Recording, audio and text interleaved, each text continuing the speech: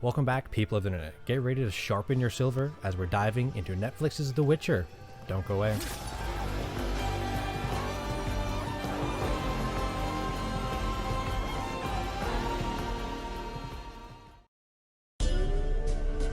So, I am a recent Witcher fan. A couple months ago, I finished The Witcher 3, one of the best games I've ever played in my life. This is obvious. It's a 10 out of 10. And that's all my experiences with The Witcher. I haven't read the books yet, and I haven't played Witcher 1 or 2. So that's all my experiences with The Witcher, other than the Netflix series. Now, before I start discussing the episodes and what was right or what was wrong in my opinion, let's talk about the casting choices. It's pretty important basing it off of something that was already made. Now, Henry Cavill as Geralt. Yes! Henry is a great choice for Geralt of Rivia. He has the correct build, the correct swagger, but I have a teeny complaint. Now, again, my only experience with Geralt is from Witcher 3, and I feel like he had a bit of sarcasm and deadpan comedy in that. Won't know until you try. Come on, a spoonful for daddy. But I don't see that at all in the show. Yennefer. Yeah! Anya Charlotta is a great actor and does a great job as Yen, although I wish that there was more scenes that showcase the amount of power she has as sorceress. That choice isn't really up to her. Get up, he used his witch. Freya Allen as Cirilla. It's not the worst, it's not the best. Middle ground. The biggest flaw in my opinion is, even though she's like 19, I swear she looks 12 in the show. And yes, I know she doesn't even meet Geralt until the final 4 seconds of the season, so I guess 12 in the timeline makes sense, but it's just something off about that. Anna Schaefer as Triss? No.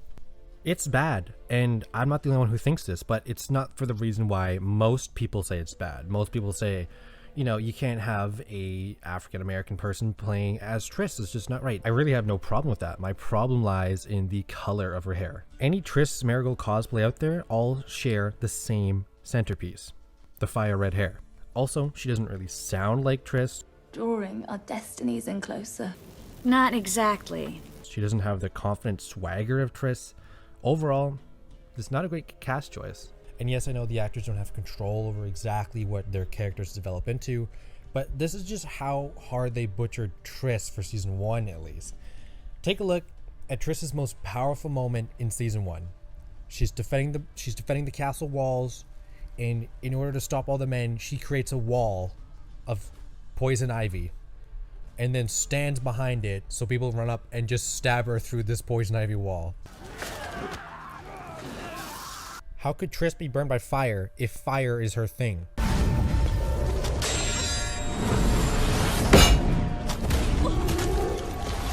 Holy shit. Now let's take a look at the actual episodes. Well, to start with episode 1, it's amazing. I really felt they got the feeling of The Witcher correct. Its atmosphere was great. The music really felt in the Witcher world.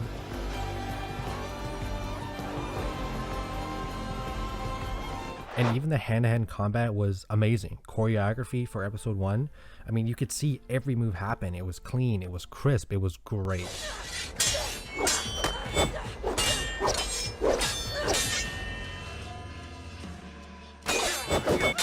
Alright, dude, this is pretty sweet. After the first episode, we get a lot more information on Cirilla and Yennefer, but this is where the episodes go from really well done to kind of the middle ground.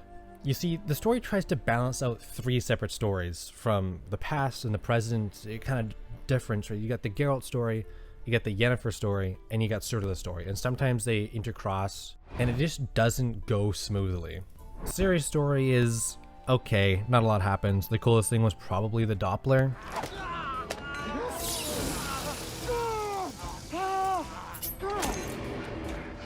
Yennefer's story was arguably my favorite out of the 3. I just really liked how they started her story. The origin of it it's been done before, but I feel like it was done really well this time. But can I say one thing that's interesting in the modern world of 2020 and social justice warriors are pretty much everywhere? How crazy is it to have The Witcher, one of the main story, be Yennefer wants to become pretty? It's just sort of weird how in the modern era of television, you know, everyone says that beauty's on the inside, but then Yennefer's over here like, yo, I'll take the pain. Just transform me into someone else. Geralt's story is okay. There's definitely some moments that aren't entertaining at all, but then you have episodes where they all race up the mountain to find a dragon. That episode was absolutely great.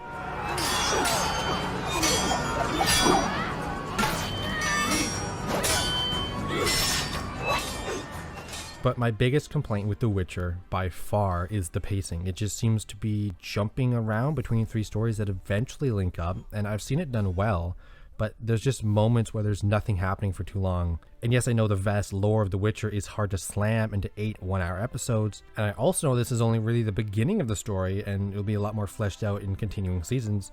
But look at what Avatar: The Last Airbender can do in just 22 minutes. It can get through so much and have so much action, have such great episodes after another, after another, after another. It's arguably my best example of great pacing. I'm great. And there are, I swear, periods of in The Witcher where there's just like long 20-minute parts where I just didn't care about. As I said, sold. 4 marks. Let's move on to some actual positives. And one of the biggest shining stars of the whole TV show was obviously Jaskier. Let go, you horses! Ah! Now, again, my Witcher knowledge is confined to the window of 3, so maybe Jaskier was in The Witcher 1 or 2 or in the books, but if he's a new character, if he's old, it doesn't matter. He is absolutely great in the TV show. Now, is it obvious that he's only in the show for comedic relief, and that's why he's put on Geralt's side of the story, because Geralt isn't really that funny? Yeah. Yes, it is very transparent of that, but it doesn't matter because the writing is great and the delivery on all the jokes. I mean, this is, quite honestly, one of the funniest shows I've watched in recent history. The Countess de Stael must welcome me back with glee, open arms, and very little clothing. Thirdly... Jaskier, stop. So, other than that, all the main things out of the way, there's just a couple little small things to discuss. Tesea was a great character. I wish we got more out of her. I wish we got more out of Mousak. He was one of my favorite characters off of the beginning because he was so strong defending that door by himself. It was like the ultimate like power moment. How long will it hold? As long as I hold. I wish we got a lot more of Vilgefortz because I mean, his ability to regen swords out of his sheath is, I mean, it's one of the coolest abilities I've ever seen in my life.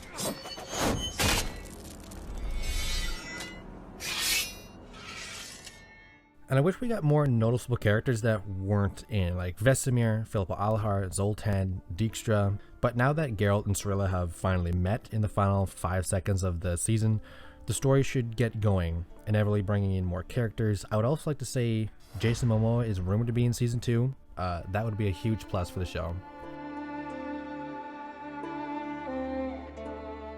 So overall, on my scale of 5, if I was basing this just off of the first and last episode, it would be really high, maybe even a masterpiece because they were great. But the series as a whole, 2.5 out of 5. So that's it. The Witcher, Season 1, done. I have a bold prediction. I honestly think Season 2 could possibly be mind-blowing. I feel like we've got the prologue out of the way. The characters have finally gotten together. This could be really good. But for now, I'm your host, Savory Planet Entertainment, and I hope you enjoy this review.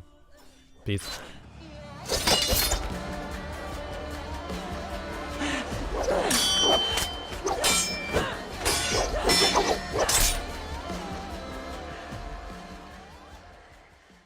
Thank you for sticking around to the end of the video. If you want to support my channel, make sure to like and subscribe for future videos. I cover all areas of entertainment, from books to movies, TV shows, and games, all the above. And if you're really dedicated, I do have my Patreon links in the description. Anything that's donated to my channel in any way necessary, half of it is going back to charity because it's the least I can do. So hopefully you enjoyed the video and have a great day. Peace.